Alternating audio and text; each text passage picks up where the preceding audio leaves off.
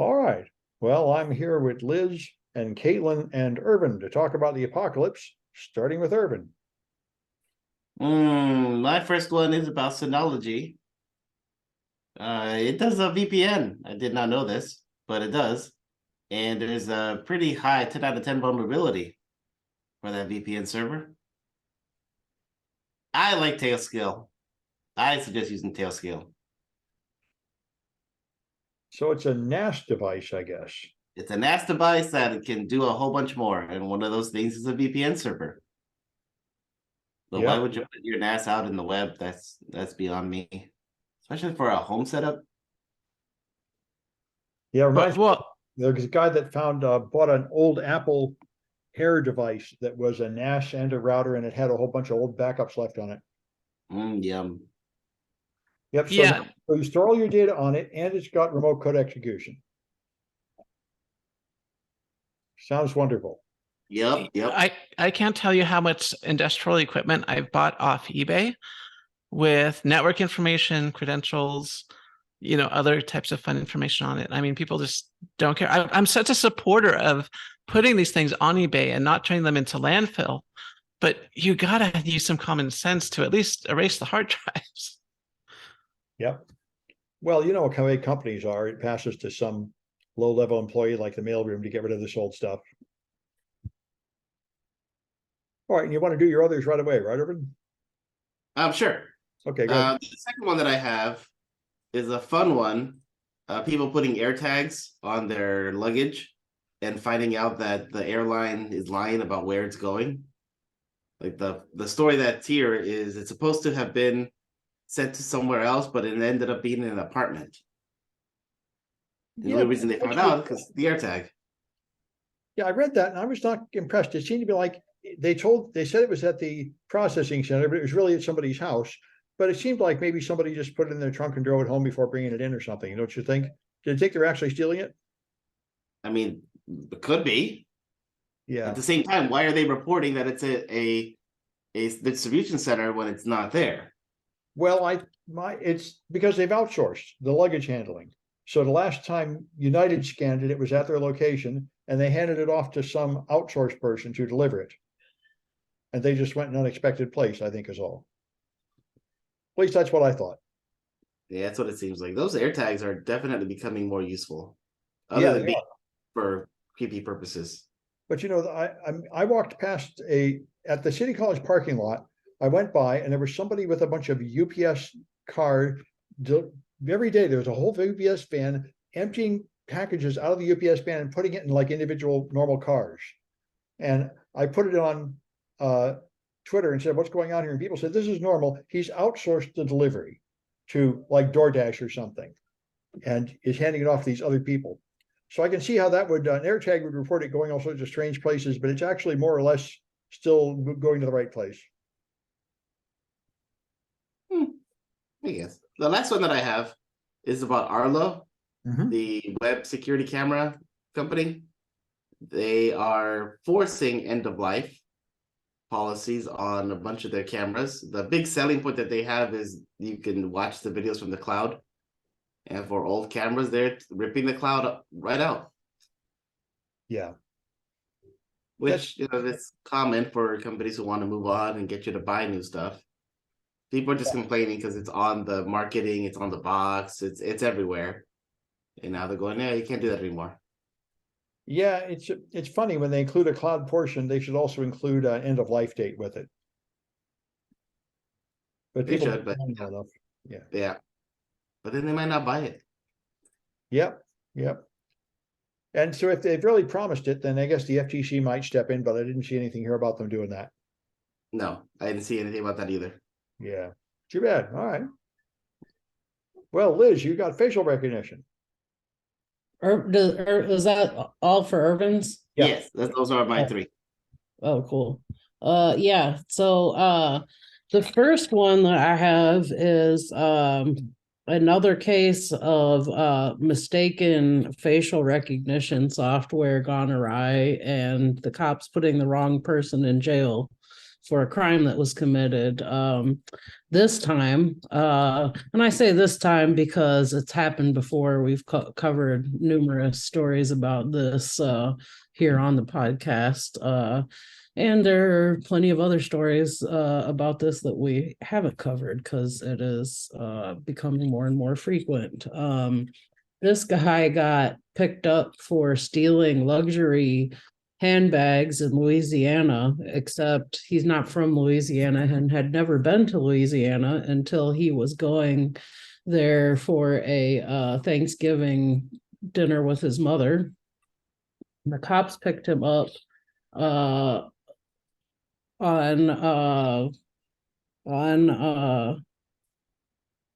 suspicion of committing this crime of this luxury handbag heist, but he hadn't done it. He didn't even look like the guy that had done it. The guy that had done it was 40 pounds heavier and different skin tone than this guy. But they went ahead and issued an arrest warrant anyway. And it doesn't get into much in the way of technicality, which I had hoped the article would do that. There were a couple of other sources for this. One was on NPR reported on this. Well, I'm sorry. The one that NPR reported on was a different case of mistaken identity where they put the wrong Black guy in jail. But I was not able to figure out how they had determined that this guy was the one that they wanted to pick up, whether that was through driver's license, photos, or what. Yep. And it's almost always the black ones too. There were quite a few cases where it's, the facial recognition is much less accurate with black faces. Yeah. Yeah. Yeah, that's why a lot of the smarter companies have just pulled away from making facial recognition devices because they just don't seem to work well enough. Yeah, but it is concerning that a number of states, including New Orleans, or states and municipalities, including New Orleans, had repealed their bans of using facial recognition in law enforcement. California is one of those states. And, as we reported on somewhat recently, they authorized the use of deadly force in robots. So, I mean, not autonomous robots, just remote controlled robots. Sure. Well, this included human interaction as well as AI, and it still was not enough to prevent error. Yeah, that's too bad. They should back it up with a human anyway. Yeah. All right. Well, Caitlin has got the luxury bunker where you can hide from the apocalypse. Yeah, so I've been wondering about this for a while now, and we've heard about these stories of these billionaires who are preparing for the apocalypse, which is so weird. Like they have no faith in humanity. And so finally, we have some pictures. So the Insider has this article written by Grace Kay showing the inside of these bunkers.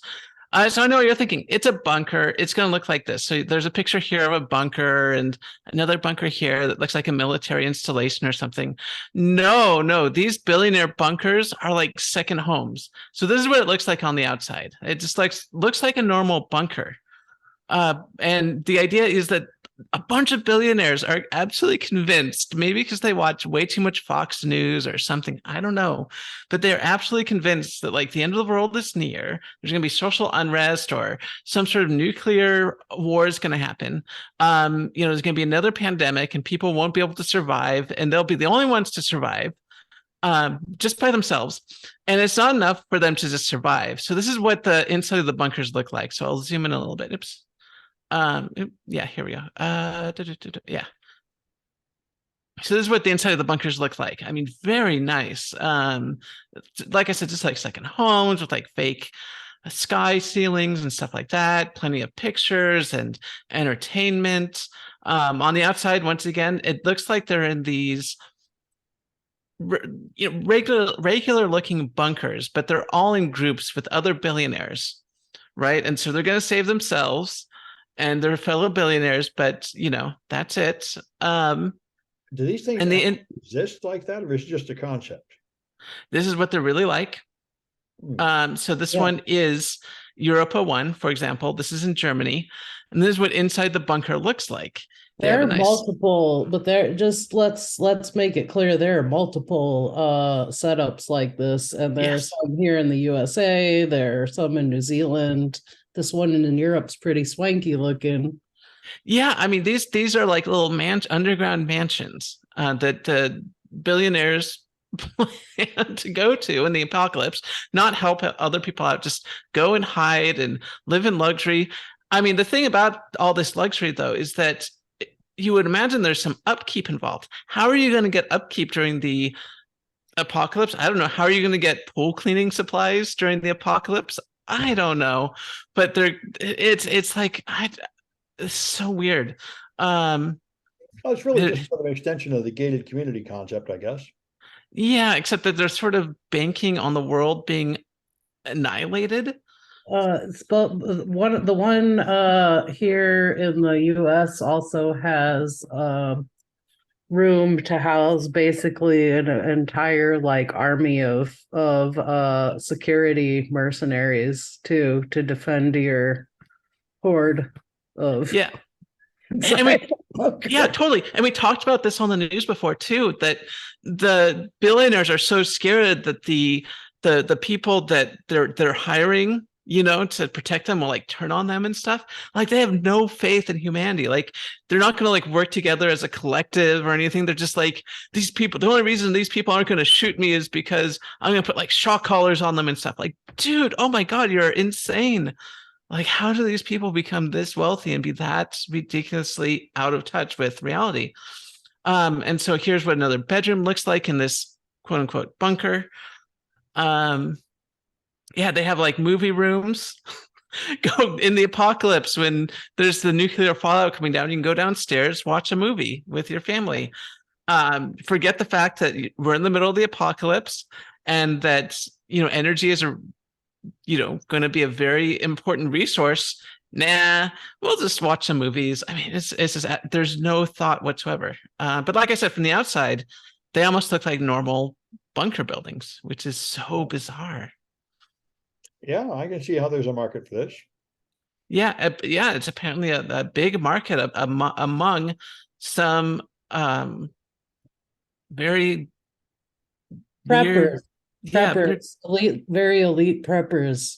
Yeah. it's not like I said, there's something about having like oh yeah, so here's something interesting. So some of them have like medical facilities built in, which I think is actually a good idea. If you're gonna have a bunker and you're wealthy, having a bunker with the medical facilities is built in is probably a good idea. So this is the first good idea I've seen. But yeah, but most of these are just absolutely ridiculous. And yeah, just the mindset that goes into having to spend all this money on getting, you know, just thinking like the world is absolutely going to end and you need this place, you know, and not like, you know, I don't know. It shows a profound lack of faith in humanity to, you know, go to these lengths to protect yourself from the apocalypse. Hey, knowing you as I do, Caitlin, and any other day of the week, I might say you would be the target market for a doomsday bunker, but in this case, not so much. Well, I want a lair, like a mad scientist lair. That's very different from a bunker. A bunker is like you're going to hide out during the apocalypse. I want to be the one that starts the apocalypse. Good point. Well, I also think, you know, this is really nothing new. Nobility has always been like this. We have to have our Versailles as the unwashed masses are locked on the other side of the fence. Yeah, I mean, it really does play into the fact that these billionaires are modern day royalty, Yeah, who just are so out of touch. And the other thing too is that when you become a certain, how do I phrase this? What am I thinking? I'm thinking that a lot of studies have shown that certain character traits that are less desirable actually can sort of push you towards being this elitist type person. So, for example, sociopathy It's something we generally don't like in people. But sociopaths are, sort of geared towards becoming, leaders because they like the power. They don't mind abusing their power, and or maybe they might be narcissistic. Most of us don't want to be president, but if you are a narcissist and want to go in the history books, you might run for president. There's so many bad character traits that can lead people up to becoming billionaire status.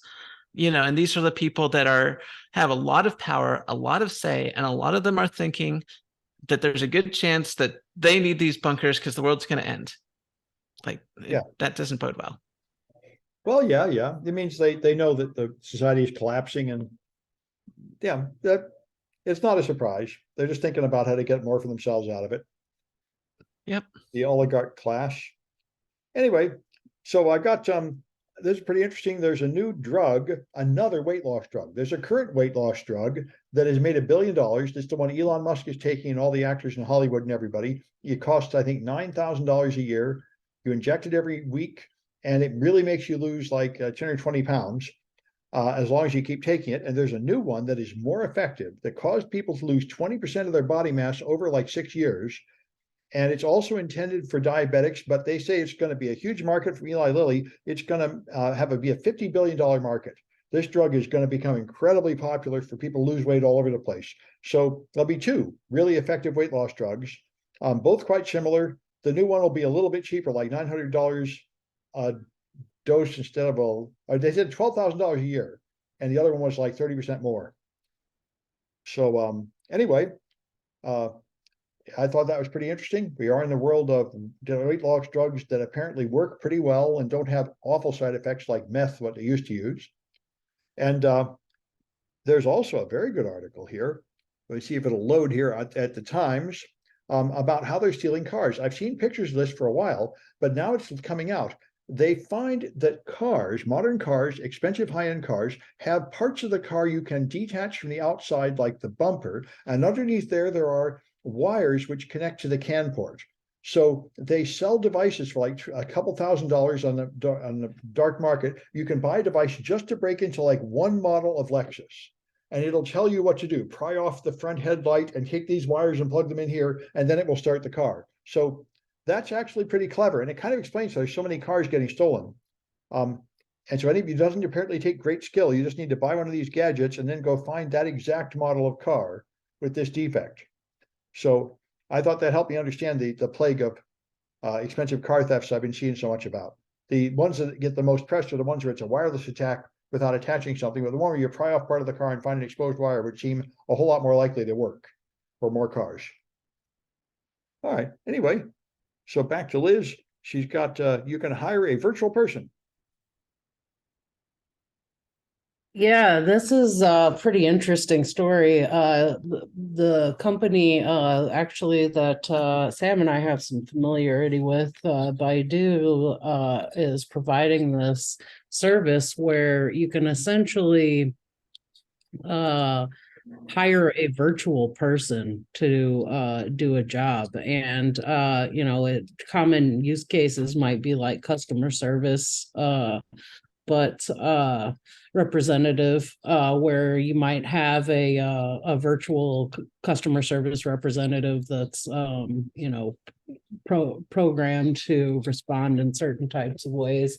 But what was really interesting is that there is apparently a booming part of this market share. A big part of the market share in China is virtual influencers and performers, which really makes a lot of sense because you can generate the perfect performer who never off key. They never, go on a drinking binge and get caught, in risk case situations in the tabloids or anything like that. I would think that it would almost be a school administrator's fantasy for teachers, because just think you could just program this virtual person to say whatever you want, and they never make trouble or demand things like a living wage or basic human respect, and you can just do whatever you want.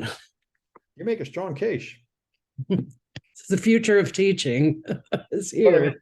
Why do they really program an AI to do it? It seems like it would be much cheaper to just outsource it to a human. Apparently not, because they, according to this article, the price range is from $2,800 a year to $14,000 a year.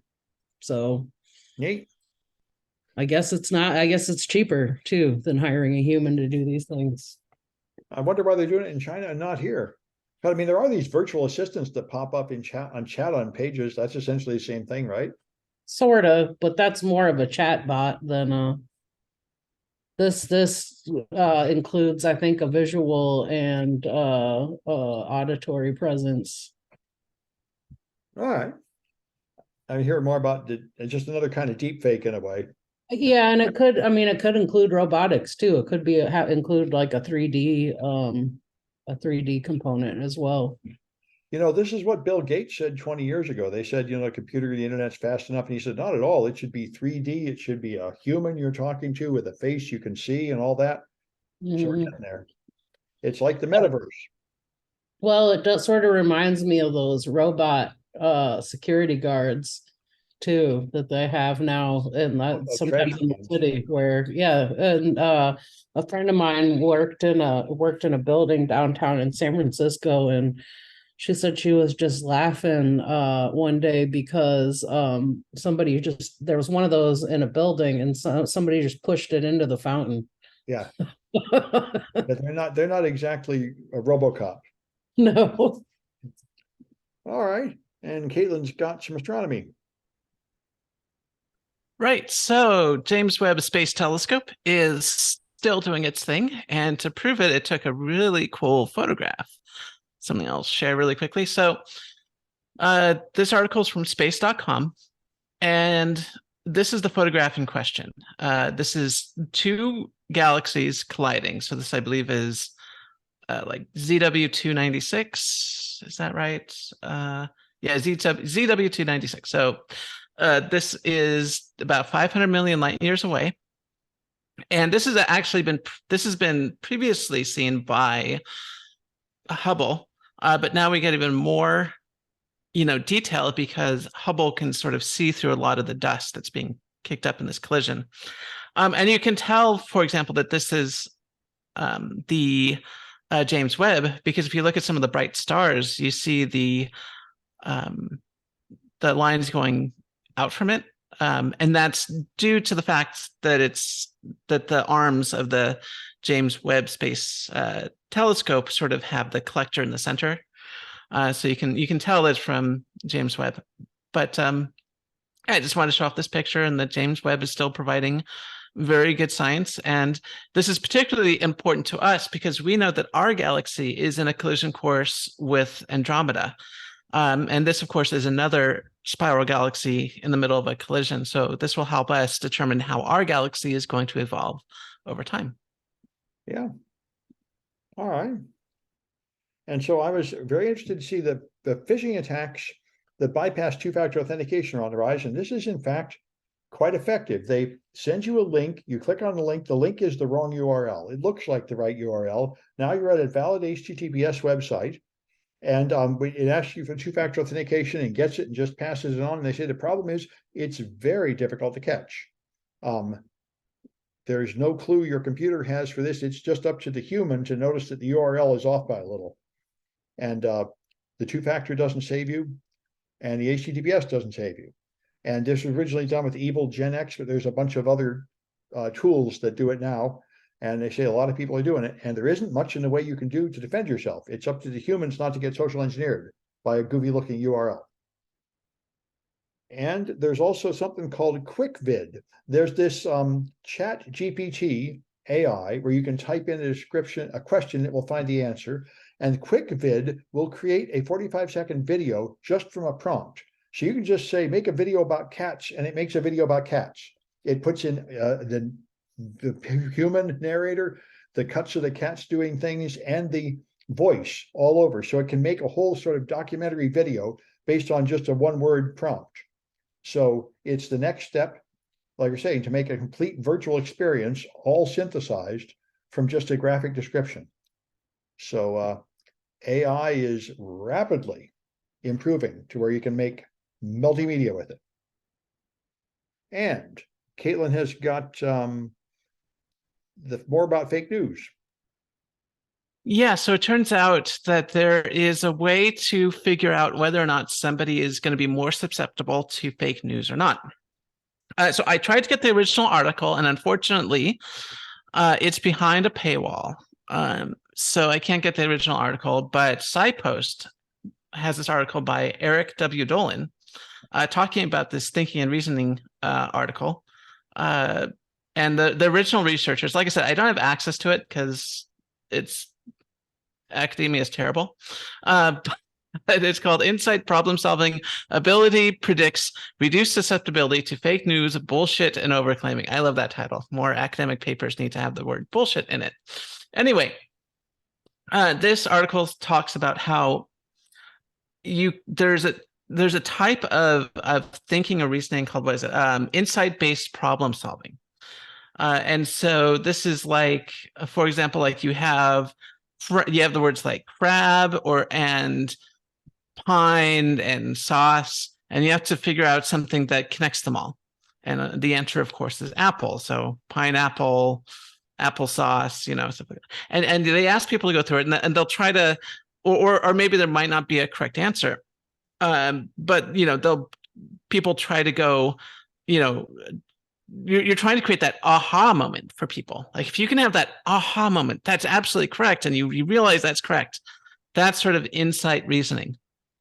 And so the researchers got a bunch of people, and for some reason they were all right-handed. They thought that was a big deal. But they got a bunch of people and they tested to see what their, insight-based, problem-solving skills were, and, showed them fake news. And they also showed them pseudo-fake deep things like I'm 15 and this is deep sort of stuff. Like one of the quotes that they gave was infinity is part of reality or is the building blocks of reality or something. It's absolutely meaningless. But people with that insight based problem solving skills were able to realize, yeah, that's kind of a meaningless statement. Like it doesn't really say anything. And they were also very well equipped to detect fake news. Like they showed them fake news articles and some of them were real. And the people who scored higher on this insight-based problem-solving skills were able to detect the fake news very easily. And so normally when we talk about things like fake news, we talk about things like, not necessarily like insight, but the ability to think or discern or media literacy, critical thinking. But it turns out that this insight-based problem solving might be it appears to be a key factor in helping people identify stuff. And as far as I know, we don't teach or train people how to do any sort of insight-based problem solving in school. And so that might be something we might want to look at for future generations in order to combat the problem of fake news moving forward. I can't even understand what it is.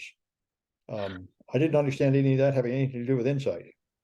So in insight, you take like it's basically like creative problem solving, where you have a bunch of disparate ideas, different words, and the idea and the example given in the article is you have crab, pine, and sauce. That's just a word analogy thing. Well, and you have to figure out another word that connects them all together. So let's say you have crab, pine, and sauce, and you might say dinner, smells, all these things. And then, but when you hear apple, apple, crab apple, pineapple, applesauce, you go, aha, that must be the real answer because that makes the most sense, right? That's what?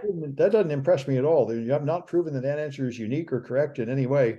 This seems to me it would just be vulnerable to say, what's really happening is the space aliens are connected to the pharma companies and they're in it with the scientists to fool you. You can see all those ties together now. Exactly. No, exactly. That's the thing is that people with the insight-based problem solving skills can see the answer of apple and be like, oh, that makes the most sense. That makes the most sense.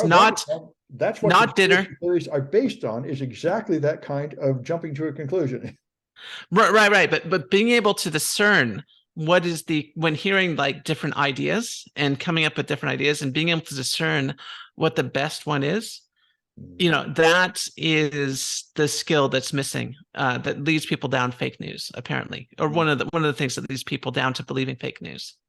Well, I would have to actually understand some kind of proof that there are several different kinds of reasoning, and they've really identified one first. And I wonder how solid that is. There's certainly different types of thinking. There's like critical thinking. There's, simple logic-based thinking where if 2 + 2 = 4, 2 + 3 = 5 because 3 + there's different types of thinking, and this is much more abstract, but it shows, you're looking. There's a lack of insightful thinking essentially that goes on when you believe fake news. Like you can't. And it makes sense, right? Most of them believe that they have found the truth that other people don't think deeply enough to find about the conspiracies and the hidden messages all around us. Right. I'd say they show a higher degree of insight and less connection to concrete reality. Well, I think the idea is that if you have that sort of insightful logic, right, that you can look at different explanations for things and pick out what's more likely to be true, or what's more likely to be the correct answer. What's the most, what's the most clever, what's very likely to be correct. Like I said, there's a 1,000,000,001 answers you could give for like analogies or connecting words together. But if you hear, like I said, the right one, if you go, like I said, crab, pine, and sauce. If I say, like they all smell, maybe the sea, crabs and pines and, the sea creatures, there's lots of things you can connect. But when you say apple and you go, wait, crab apple, pineapple, apple sauce. Oh, yes, that's it. And but the thing is, people with low insight-based problem solving would hear apple and they'd be like, well, that's just as good as, sea and everything else. Back to Plato and Sparta and everybody thinks that you can solve social ills by teaching people to think a certain way and removing from them unpleasant things like art and things that will just confuse them. I just think there's an endless chain of these psychological explanations that aren't really proven very well. You're right. This is the schizophrenic mother that abused the child. That's why they become schizophrenic. And before that, it was Freud, where everything had to do with you having sex with your parents. And there's always some new flashy theory that explains why people are crazy and stupid. And it never seems to get too far.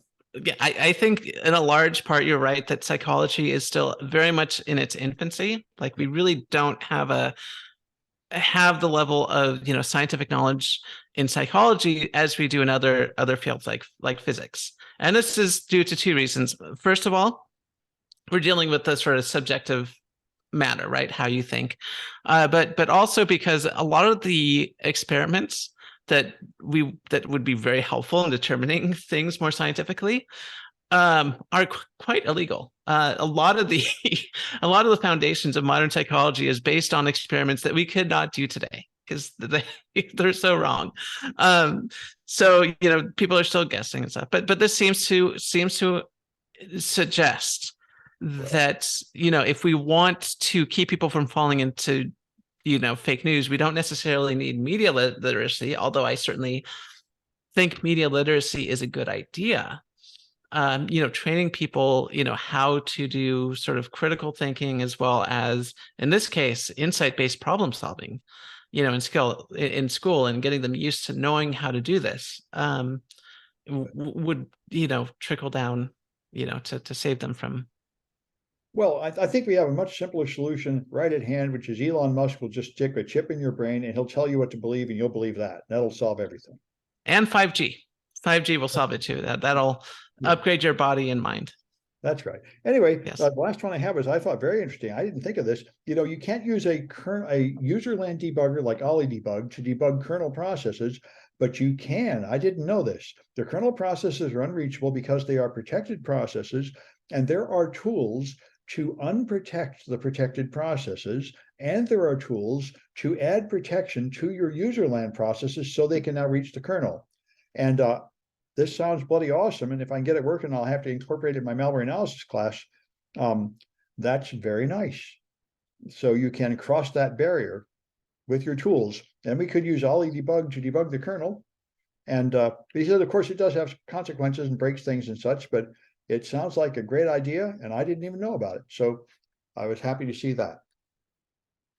Anyway, I think that's all we got this time, and we'll be back on Friday. I find the